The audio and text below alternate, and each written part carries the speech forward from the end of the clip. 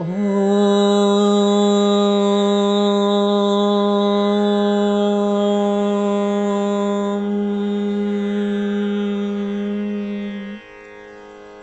श्रीगुरुभ्यो नमः। ಶ್ರೀಮನ್ನಾರಾಯಣೀಯಂ 96ನೇ ದಶಕ ಭಗವದ್ವಿಭೂತಿ ಭಕ್ತಿಯೋಗ.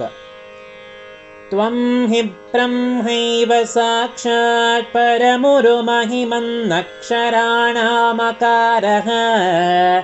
ತಾರೋ ಮಂತ್ರೇಷು ರಾಜ್ಞಾಂ ಮನುರಸಿ ಮುನಿಷು ತ್ವಂ ಭೃಗುರ್ನಾರದೋಪಿ ಪ್ರಹ್ಲಾದೋ ದಾನವಾನಾಂ ಪಶುಷು ಚ ಸುರಭಿಃ ಪಕ್ಷಿಣಾಂ ವೈನತೇಯೋ ನಾಗಾನಾಮಸ್ಯ ದಂತಃ ಸುರಸರಿದಪಿ ಚ ಸ್ರೋತಸಾಂ ವಿಶ್ವಮೂರ್ತೆ ಬ್ರಹ್ಮಣ್ಯಾನಾಂ ಬಲಿಸ್ತ್ವಂ ಕ್ರತುಷು ಚ ಜಪಯಜ್ಞೋಸಿ ವೀರೇಷು ಪಾರ್ಥೋ ಭಕ್ತಾನಾಂ ಉದ್ಧವಸ್ತ್ವಂ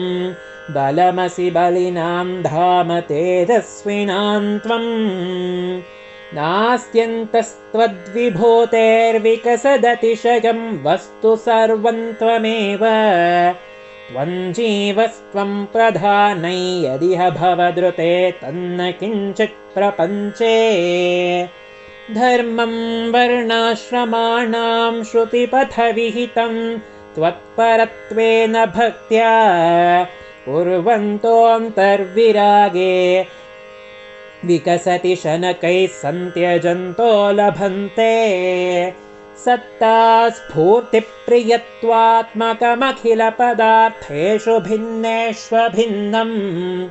ನಿರ್ಮೂಲಂ ವಿಶ್ವಮೂಲಂ ಪರಮಮಹಮಿತಿ ತ್ವದ್ವಿಬೋಧಂ ವಿಶುದ್ಧಂ ಜ್ಞಾನಂ ಕರ್ಮಾಪಿ ಭಕ್ತಿಸ್ತ್ರಿತಯಮಿಹ ಭವತ್ಪ್ರಾಪಕಂ ತತ್ರ ತಾವತ್ ನಿರ್ವಿಣ್ಣಾನಾಮಶೇಷೇ ವಿಷಯ ಇಹ ಭವೇತ್ ಜ್ಞಾನಯೋಗೇऽಧಿಕಾರಃ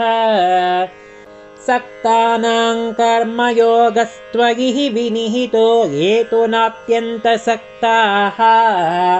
ನಾಪ್ಯತ್ಯಂತಂ ವಿರಕ್ತಾಸ್ತ್ವಯಿ ಚ ಧೃತರಸಾ ಭಕ್ತಿಯೋಗೋ ಹ್ಯಮೀಷಾಂ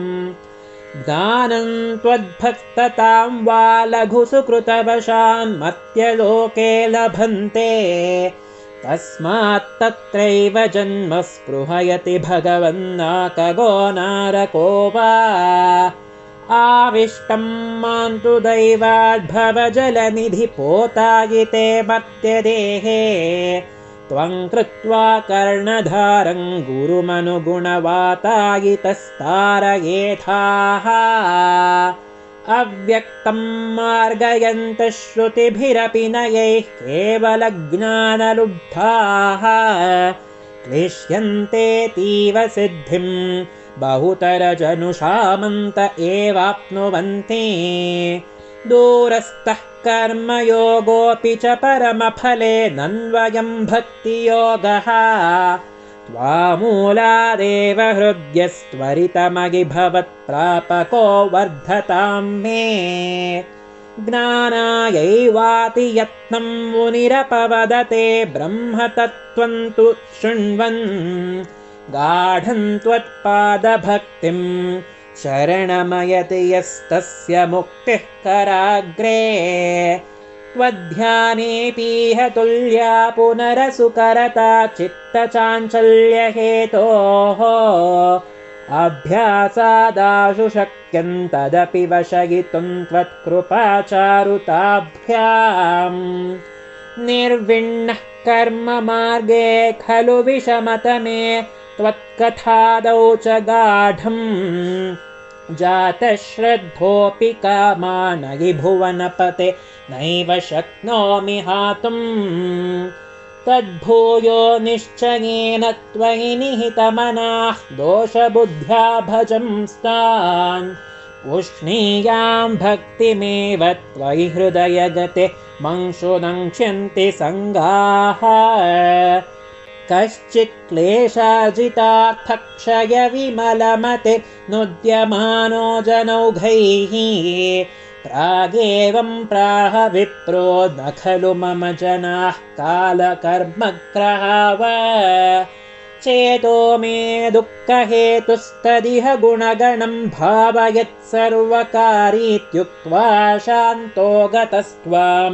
मम च कुरु विभो तादृशीं चित्तशान्तिम् ऐलः प्रागुर्वशीं प्रत्यतिविवशमनाः सेवमानश्चिरन्ताम् गाढं निर्विद्य भूयो युवति सुखमिदं क्षुद्रमेवेति गायन् त्वद्भक्तिं प्राप्य पूर्णः सुखतरमचरत् तद्वदुद्धूतसङ्गम् भक्तोत्तं संक्रिया मां पवनपुरपते हन्त मे रुन्धिरोगान् गोपिका जीवनस्मरणं गोविन्द गोविन्द नारायण अखिलगुरो भगवन् नमस्ते श्रीकृष्णार्पणमस्तु।